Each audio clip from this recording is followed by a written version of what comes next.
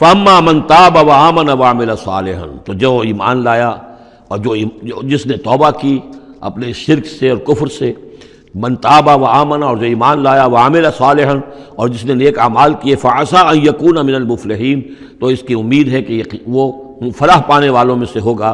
وربک یخلق ما یشاء ویختار، اور آپ کا پروردگار جو چاہتا ہے پیدا کرتا ہے، اور جس چیز کو چاہتا ہے اختیار کر لیتا ہے۔ مخلوق ساری اسی کی ہے، اس مخلوق میں سے جس کو چاہا اس نے چن لیا اور رسول بنا لیا۔ اللہ یصطفی من الملائکۃ رسلا ومن الناس، اللہ چن لیتا ہے فرشتوں میں سے بھی اپنے پیغامبر اور ایلچی، اور انسانوں میں سے بھی۔ ان اللہ اصطفیٰ آدم ونوحا وآل ابراہیم وآل عمران علی العالمین، وہ جس کو چاہتا ہے قبول کرتا ہے، اختیار کر لیتا ہے۔ وربک یخلق ما یشاء ویختار ما کان لہم الخیرہ، ان کے ہاتھ میں کوئی اختیار نہیں ہے، ان کے پاس کوئی آپشن نہیں ہے۔ سبحان اللہ وتعالی عما یشرکون، یہ تو اللہ تعالیٰ ہی ہے جو جس کی ذات بلند و بالا ہے، اور یہ تمام شرک جو یہ کر رہے ہیں ان تمام اوہام سے اور ان کے من گھڑت عقیدوں سے، وہ وراء الورا ہے، وراء الورا ہے، منزہ ہے، اعلیٰ ہے، عرفہ ہے۔ وَرَبُّكَ يَعْلَمُ مَا تُكِنُّ صُدُورُهُمْ وَمَا يُعْلِنُونَ، اور آپ کا رب خوب جانتا ہے جو کچھ کہ ان کے سینے چھپائے ہوئے ہیں اپنے اندر، جو بھی ان کے اندر ہے، یعنی اندر تو ان کے گواہی موجود ہے کہ یہ قرآن حق ہے، محمد حق ہے، یہ بات جو آ رہی ہے صحیح ہے، دل گواہی دے رہا ہے، لیکن اپنی ضد اور ہٹ درمی کی وجہ سے اسے چھپائے ہوئے ہیں۔ اپنے اس ایمان کو تو انہوں نے چھپا کر رکھا ہوا ہے، اور ظاہر کر رہے ہیں، اعتراضات کر رہے ہیں، یہ کر رہے ہیں، کیوں نہیں دیا گیا ویسا ہی جیسا کہ موسیٰ کو دیا گیا تھا، کیوں نہیں کوئی نشانی ان کو دی جاتی۔ وَرَبُّكَ يَعْلَمُ مَا تُكِنُّ صُدُورُهُمْ وَمَا يُعْلِنُونَ، اور آپ کا رب خوب جانتا ہے جو کچھ کہ ان کے سینے چھپائے ہوئے ہیں اپنے اندر، اور جو کچھ کہ وہ ظاہر کر رہے ہیں۔ وَهُوَ اللَّهُ لَا إِلَٰهَ إِلَّا هُوَ، اور وہی ہے اللہ کہ جس کے سوا کوئی الہ نہیں ہے۔ لَهُ الْحَمْدُ فِي الْأُولَىٰ وَالْآخِرَةِ، اسی کے لیے حمد ہے، تعریف ہے، دنیا میں بھی آخرہ میں بھی۔ یہاں آخرت کے مقابلے میں اولا، پہلی زندگی ہماری یہ زندگی دنیا کی ہے، آخرہ وہ ہماری پچھلی زندگی ہے۔ لہ الحمد فی الاولی والآخرہ، اسی کے لیے حمد ہے، تعریف ہے، ثنا ہے، دنیا میں بھی اور آخرت میں بھی۔ وَلَهُ الْحُکْمُ، اسی کے لیے حکم ہے، حاکمیت اسی کی ہے، حکم دینے کا اختیار اسی کو حاصل ہے، حلال اور حرام کا اسی کے پاس اختیار ہے کہ جس شخص کو چاہے وہ حلال قرار دے اور جس شے کو چاہے حرام قرار دے۔ وَإِلَيْهِ تُرْجَعُونَ، اور اسی کی طرف تمہیں لوٹ کر جانا ہے۔ قُلْ أَرَأَيْتُمْ إِنْ جَعَلَ اللَّهُ عَلَيْكُمُ اللَّيْلَ سَرْمَدًا، کہیے ان سے کہ ذرا سوچا تم نے کبھی اگر اللہ تعالیٰ تم پر رات کر دے ہمیشہ کے لیے، رات ہی رات رہے، الی یوم القیامہ، قیامت کے دن تک، من الہ غیر اللہ یاتیکم بضیاء، کون ہے وہ الہ، کون سا معبود ہے اللہ کے سوا جو تمہارے لیے روشنی لے آئے گا، کہاں سے لے آئے گا؟ افلا تسمعون، تو کیا تم سنتے نہیں ہو؟ قل ارأیتم ان جعل اللہ علیکم النہار سرمدا، کیا تم نے کبھی غور کیا اگر اللہ تعالیٰ تم پر دن کو ہی ہمیشہ ہمیش کے لیے دن ہی کو قائم کر دے، پوری قیامت کے دن تک دن ہی رہے، رات نہ آئے، من الہ غیر اللہ یاتیکم بلیل تسکنون فیہ، کون سا وہ الہ ہے اللہ کے سوا کہ جو تمہارے لیے رات لے آئے گا جس میں کہ تم سکون حاصل کر سکو؟ یہ دن جو ہے اگر مسلسل ہو تو واقعہ ہے کہ زندہ رہنا ممکن نہ رہے۔ افلا تبصرون، تو کیا تم دیکھتے نہیں ہو؟ وَمِن رَحْمَتِهِ جَعَلَ لَكُمُ اللَّيْلَ وَالنَّهَارَ، یہ اس کی رحمت میں سے ہے، اس کی رحمت کے آثار میں سے ہے، اس کی رحمت کے مظاہر میں سے ہے کہ اس نے تمہارے لیے رات اور دن کو بنا دیا ہے، لِتَسْكُنُوا فِيهِ، تاکہ رات میں تو تم سکون حاصل کرو، وَلِتَبْتَغُوا مِن فَضْلِهِ، اور دن میں تم اس کا فضل تلاش کرو، وَلَعَلَّكُمْ تَشْكُرُونَ، اور تاکہ تم شکر کرو۔ وَيَوْمَ يُنَادِيهِمْ فَيَقُولُ أَيْنَ شُرَكَائِيَ الَّذِينَ كُنتُمْ تَزْعُمُونَ، اور پھر دوبارہ کہا جس دن کہ وہ انہیں پکارے گا اور کہے گا کہ کہاں ہیں میرے وہ شریک جن کو کہ تم سمجھتے تھے کہ میرے شریک ہیں۔ وَنَزَعْنَا مِن كُلِّ أُمَّةٍ شَهِيدًا، اور ہم ہر امت میں سے ایک گواہ کو نکال کر کھڑا کریں گے۔ وہی مضمون جو کئی دفعہ آ چکا ہے، سورہ نحل میں آیا 2 دفعہ، سورہ نساء میں سب سے زیادہ شاندار الفاظ میں وَكَيْفَ إِذَا جِئْنَا مِن كُلِّ أُمَّةٍ بِشَهِيدٍ وَجِئْنَا بِكَ عَلَىٰ هَٰؤُلَاءِ شَهِيدًا، ہر امت میں جو بھی رسول آیا تھا اس کو پہلے کھڑا کریں گے نکال کر، چونکہ وہ پروزیکیوشن وٹنس ہوگا، وہ ہوگا جو پروزیکیوٹ کرے گا اللہ کی عدالت میں، پہلے یہ وہ ٹیسٹیفائی کرے گا، اللہ تیری ہدایت جو آئی تھی میں نے پہنچا دی تھی۔ فَنَزَعْنَا مِن كُلِّ أُمَّةٍ شَهِيدًا فَقُلْنَا هَاتُوا بُرْهَانَكُمْ فَعَلِمُوا أَنَّ الْحَقَّ لِلَّهِ وَضَلَّ عَنْهُم مَّا كَانُوا يَفْتَرُونَ، اس وقت کہا جائے گا اب لاؤ تمہاری دلیل کیا ہے، تمہارا عذر کیا ہے، تمہارا کیس کیا ہے؟ رسول نے تو بتایا کہ انہوں نے پہنچا دیا تھا، پھر اب تم بتاؤ تمہارا ماجرا کیا ہے، فَمَا خَطْبُكُمْ، اب تمہارا معاملہ کیا ہے؟ فَعَلِمُوا أَنَّ الْحَقَّ لِلَّهِ، وہ جان لیں گے کہ حق تو اب اللہ ہی کی طرف ہے، یعنی فیصلہ جو ہے اللہ ہی کے ہاتھ میں ہے اور وہی حق ہے۔ گویا کہ ہمارے اوپر ہم مستحق ہو چکے ہیں اللہ کے عذاب کے، ہم پر اللہ کی طرف سے گویا کہ اتمام ہو چکا ہے۔ وَضَلَّ عَنْهُمْ مَا كَانُوا يَفْتَرُونَ، اور گم ہو جائے گا ان سے وہ جو افتراء انہوں نے کیا تھا، جو انہوں نے گھڑ لیے تھے خیالات، جن کو سمجھتے تھے کہ یہ ہمارے معبود جو ہیں اللہ تعالیٰ کے ہاں ہمیں بچا لیں گے، وہ سب کے سب گم ہو جائیں گے۔ جب آنکھ کھلی گل کی تو موسم تھا خزاں کا، سب کے سب جو ہیں وہ ان کے ہاتھوں کے طوطے اڑ جائیں گے۔ اب آگے چلیے، سورہ قصص کے آخری یہ 2 رکوع ہیں، جن میں سے پہلے رکوع میں ایک کردار کا ذکر ہو رہا ہے، قارون، اور میں آپ کو بتا چکا ہوں کہ یہ کردار جو ہے اسے بھی ایک فرد نہ سمجھیے، بلکہ یہ کہ جو بھی کوئی حکمران قوم ہوتی ہے وہ اپنی غلام قوم کے اندر اس طرح کے کردار باقاعدہ پیدا کرتی ہے، جس کو کہ کہا تھا ملکہ سبا نے کہ ان الملوک اذا دخلوا قریۃ جعلوا عزت اہلھا اذلہ، اور اس کا ایک نتیجہ یہ نکلتا ہے کہ جو گھٹیا لوگ ہوتے ہیں، بے غیرت لوگ ہوتے ہیں، اپنی قوم کے ساتھ غداری کرتے ہیں، انہیں پھر وہاں خطابات دیے جاتے ہیں، نوازا جاتا ہے، ان کے اونچے منصب ہوتے ہیں، آنریری مجسٹریٹ بنا دیے گئے ہیں، فلاں ہو گئے ہیں۔ یہ سب کون تھے؟ یہ انگریزوں نے در حقیقت ہندوستان میں اپنی جو حکومت کو مضبوط کرنے کے لیے یہ ایک طبقہ جو ہے ہندوستانیوں میں سے ڈیولپ کیا تھا، اس طبقے کا یہ کردار ہے قارون۔ اچھا، اس قسم کے لوگوں کو پھر انگریز بڑے بڑے ٹھیکے دیتے تھے۔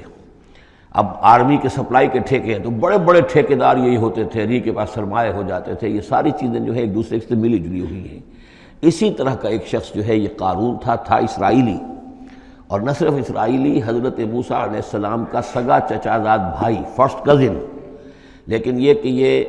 حکومت کے ساتھ فرعون کے دربار میں اس کی رسائی تھی، وہاں اس کی پذیرائی تھی، اور وہاں سے اس کو مراعات ملتی تھی۔ اس نے اتنی دولت سمیٹ لی تھی، جیسے ہمارے ہاں بھی بعض اب جو سیاسی کردار ہیں وہ گویا کہ علامتی بن گئے دولت سمیٹنے میں، تو بے تحاشا دولت اس نے جمع کر لی تھی۔ اب اس کا کردار سامنے آ رہا ہے۔ ان قارون کان من قوم موسیٰ، یقیناً قارون جو ہے وہ موسیٰ کی قوم ہی سے تھا۔ تورات میں اس کا نام قورہ آیا ہے، یعنی قارون کے بجائے قورہ، یہ کوئی تلفظ کا فرق ہو سکتا ہے۔ فبغى علیہم، اگرچہ موسیٰ کی قوم میں سے تھا لیکن اس نے زیادتی کی، سرکشی کی، شرارت کی اپنی قوم کے خلاف، یعنی غداری کی۔ وآتیناہ من الکنوز، اور ہم نے اسے اتنے خزانے دیے تھے، ما ان مفاتحہ لتنوء بالعصبۃ اولي القوہ، کہ اس کی کنجیاں اٹھانے کے ضمن میں بڑے طاقتور جوانوں کی ایک جماعت بھی تھک جاتی تھی۔ یہ ذرا بات سمجھ آج نہیں آئے گی کہ آخر اتنی وہ کنجیاں کتنی ہوتی ہوں گی، تو اصل میں یہ کنجیاں جو تالے ہیں ہمارے جس طرح کے، یہ تو اب ایجاد ہوئی ہے۔ پچھلے زمانے میں کیا ہوتا تھا کہ کوئی بڑا سٹور ہے تو اس کے آگے بڑا ایک پھاٹک لگا ہوا ہے، اور اس پھاٹک کے ساتھ جو دروازے کو بند کرنے کے لیے بڑی لمبی لکڑیاں لگائی جاتی تھیں، تو اس طریقے سے وہ جو اڑنگے لگائے جاتے تھے اسی سے وہ پھر دروازے جو ہے بند ہوتے تھے۔ تو اس طرح کی کوئی شے ہوگی، ورنہ جس طرح کے تالے اب ہمارے ہاں ہوتے ہیں اس طرح کے تالے تو اتنے نہیں ہو سکتے کسی بھی معاملے کے، لیکن یہ کہ اس کو اگر ذہن میں رکھیں تو بہرحال اس سے جو مراد ہے وہ یہ کہ دولت بے انتہا اس کے پاس جمع تھی۔ اذ قال له قومه، جبکہ اس سے کہا اس کی قوم نے، لوگوں نے کہا، کچھ بھلے لوگ بھی ہوں گے، جیسے ہم مکالمہ سورہ کہف میں پڑھ آئے ہیں، 2 آدمیوں کا مکالمہ تھا، ایک وہ درویش تھا اور وہ عارف باللہ تھا، اللہ پر ایمان رکھنے والا تھا، اور ایک وہ تھا کہ جو دولت میں مست ہو گیا تھا، مال مست تھا۔ تو وہاں کچھ لوگوں نے جو اچھے لوگ ہوں گے ان سے کہا، اس سے قارون سے، لا تفرح ان اللہ لا يحب الفرحین۔ یہ ذرا یہاں پر 4 چیزیں 5 چیزیں جو آ رہی ہیں گنتے جائیے کہ ایسے لوگ جن کے پاس بہت سی دولت جمع ہو گئی ہو، ان کو ان 4-5 چیزوں کو پیش نظر رکھنا چاہیے۔ سب سے پہلے یہ کہ لا تفرح ان اللہ لا يحب الفرح، اس پر اتراؤ نہیں، اتراؤ مت، اللہ تعالیٰ کو اترانے والے پسند نہیں۔ نمبر 2، وابتغ فیما آتاک اللہ الدار الآخرہ، جو کچھ اللہ نے تمہیں دولت دی ہے تو اس سے دار الآخرہ حاصل کرنے کی کوشش کرو، اللہ کے لیے خرچ کرو تاکہ آخرت میں تمہیں اس کا اجر و ثواب ملے، تو تم گویا کہ آخرت کو خریدو گے اپنی اس دولت کے عوض۔ ان اللہ اشتری من المؤمنین انفسهم واموالهم بان لهم الجنہ۔ نمبر 3، ولا تنس نصیبک من الدنیا، معلوم ہوتا کہ بخیل بھی بہت تھا کہ وہ اپنے اوپر بھی کچھ خرچ نہیں کرتا تھا، جمع کرنے ہی کے اس کو فکر دامنگیر رہتی تھی، اور مت بھولو خود اپنا حصہ بھی دنیا میں سے، جیسے کہ ہم نے سورہ اعراف میں پڑھا تھا کہ قل من حرم زینۃ اللہ التی اخرج لعبادہ والطیبات من الرزق، اگر اللہ نے کسی کو کچھ دیا ہے تو پھر وہ اچھا کھائے، اچھا پہنے، اس میں کس نے حرام کیا ہے؟ کوئی رہبانیت کا انداز تو نہیں ہے۔ اور یہ بھی ہم پڑھ چکے ہیں سورہ الفرقان میں کہ وہ اللہ کے جو نیک بندے ہیں عباد الرحمن، ان کے اوصاف میں سے ہے والذین اذا انفقوا لم یسرفوا ولم یقتروا، وہ لوگ کہ جو خرچ کرتے ہیں تو نہ تو اسراف کرتے ہیں لیکن اس کے ساتھ ہی بخل سے بھی کام نہیں لیتے۔ تو یہ بخیلی مت کرو، اور اس جو دولت تمہیں اللہ نے دی ہے اس سے کم اپنی ذات پر بھی خرچ کرو، اچھا کھاؤ اچھا پہنو۔ چوتھی چیز وَأَحْسِنْ كَمَا أَحْسَنَ اللَّهُ إِلَيْكَ، اور لوگوں پر احسان کرو، لوگوں کے ساتھ بھلائی کرو جیسے اللہ نے تمہارے ساتھ بھلائی کی ہے۔ اللہ نے تمہیں دولت دی ہے تو جو بھی تمہاری قوم کے یا اور دوسرے لوگ بھی ہوں، اس میں تو کوئی علیحدہ تخصیص نہیں ہے، غریبوں کا، محتاجوں کا، مسکینوں کا، ان کا جو حق ہے وفی اموالہم حق معلوم للسائل والمحروم، تو اس میں سے یہ ہے کہ اللہ نے تم پر احسان کیا ہے، یہ دولت دی ہے تو تم لوگوں کے ساتھ احسان کرو۔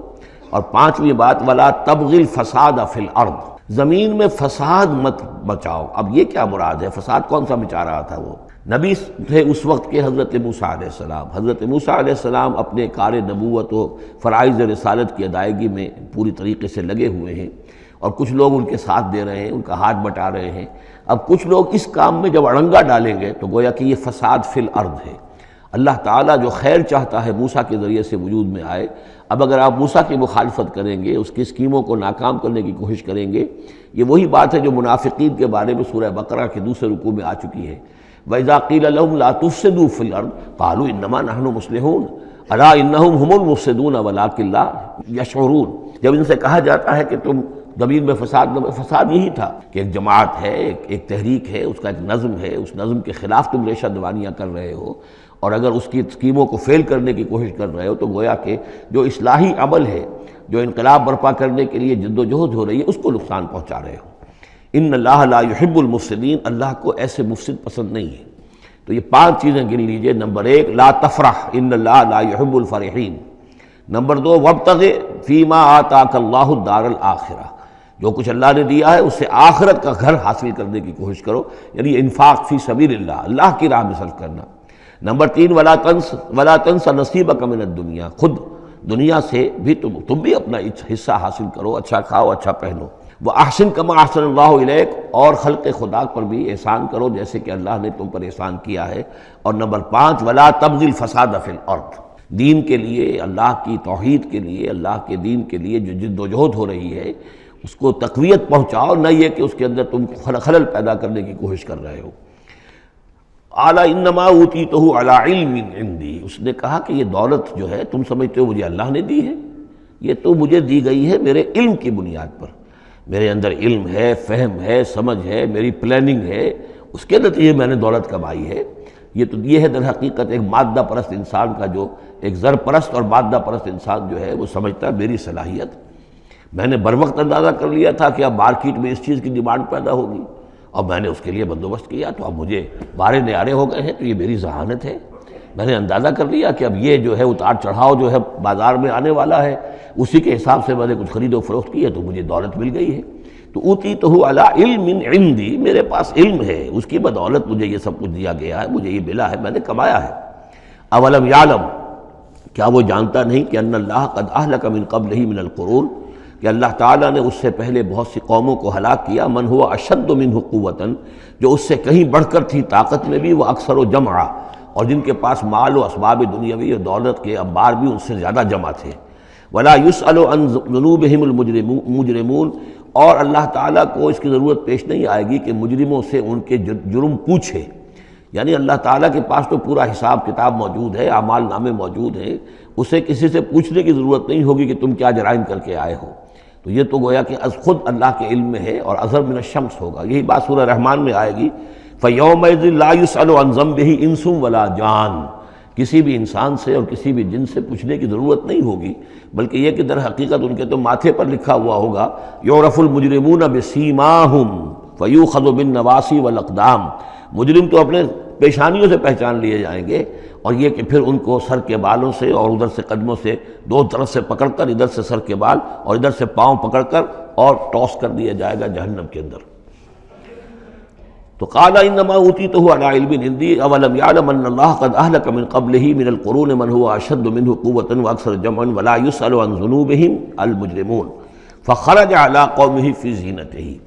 اب ایک دن ایسا ہوا کہ وہ نکلا اپنے پورے ٹھاٹھ باٹھ کا اظہار کرتے ہوئے، خدم و حشم کو لیے ہوئے، بیش قیمت کپڑے اور خلعتیں پہنی ہوئی اور سواری کے اوپر اپنی دولت کا بھی مظاہرہ کرتے ہوئے۔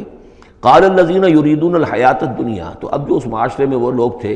کہ جن کی نگاہوں میں خود ان کی اپنی نگاہوں میں بھی دنیا کی زندگی کھبی ہوئی تھی اور جو چاہتے تھے، طالب تھے دنیا ہی کے، یا لیت لنا مثل اوتی قارون، وہ انہوں نے کہا کاش کہ ہمیں بھی یہ ساری چیزیں ملیں جو قارون کو ملی ہیں، جو کچھ دیا گیا ہے، اسے جو دولت دی گئی ہے، اس کے پاس جو ثروت ہے، اور اس کو جو اللہ تعالیٰ نے اس کے اوپر نعمتوں کی بارش کی ہے، کاش ہم پر بھی ہو۔ انہ لذو حظ عظیم، یہ تو بہت ہی نصیب والا ہے، بہت خوش قسمت انسان ہے یہ قارون، کتنا اس کی جو ہے سمجھیے کہ خوش بخت انسان ہے کہ اس پر اللہ کی اتنی نظر کرم ہے اور اتنی دولت اس نے کمائی ہے۔ ظاہر بات ہے کہ دولت مندوں کی دولت نظر آتی ہے، یہ لوگوں کو پتہ نہیں ہوتا یہ کمایا انہوں نے کس طور سے ہے۔